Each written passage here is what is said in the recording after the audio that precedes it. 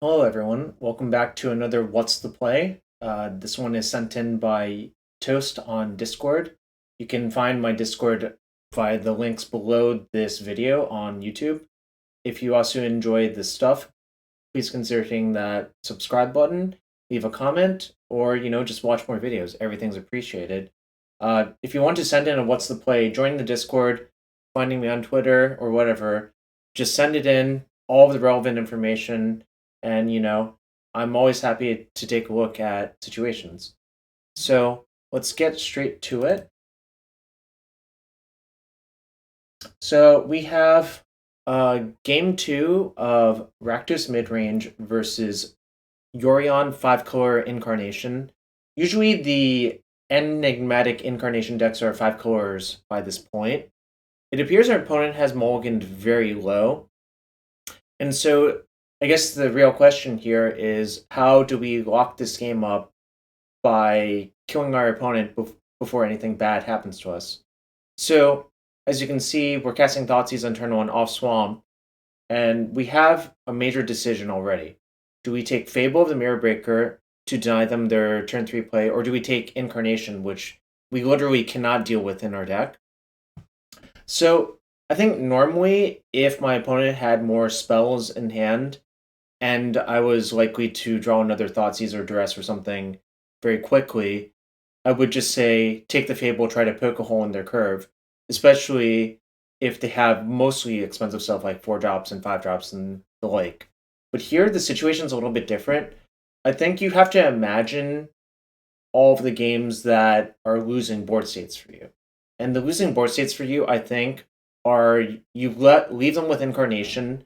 They somehow draw a sweeper for your creatures, like, Supreme Verdict or Anger of the Gods or something like that, which I've seen a few of these lists play in small quantities. To clear your creatures out, then they get an Incarnation, and then they peel some enchantments to kill your other stuff / generate a value engine. And Incarnation in play is basically the most powerful thing their deck can do. I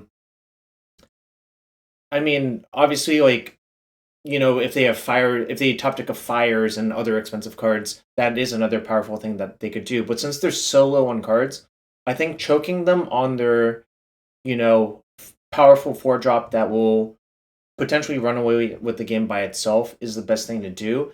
And we can just maybe draw removal spells to kill the Fable, plan to use Bloodtithe Harvester to kill the Goblin Shaman, play Graveyard Trespasser, and really just put the screws to them with a really fast clock. We will have Bloodtithe Harvester by the time they have the Goblin Shaman token, because turn 2 they'll probably do nothing. Turn 2 we'll play Harvester. We can use the Harvester to kill the Goblin Shaman. We can use turn 3 to exile our own Harvester we want to really get the clock on. And so then turn 4 Shieldred, maybe that's enough to kill them by himself. Like, the Trespasser puts Shieldred, assuming they don't play sweepers besides, a small number of Angers / Supreme Verdicts.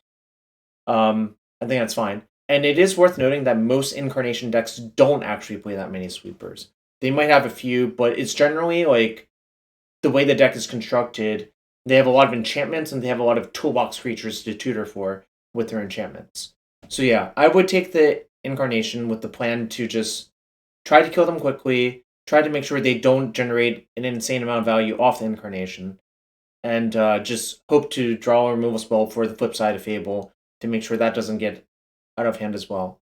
So that's what I would do in this scenario. Again, if you enjoyed this, check out the links below. Please leave a comment, hit that subscribe button, and thanks. I'll see you next time.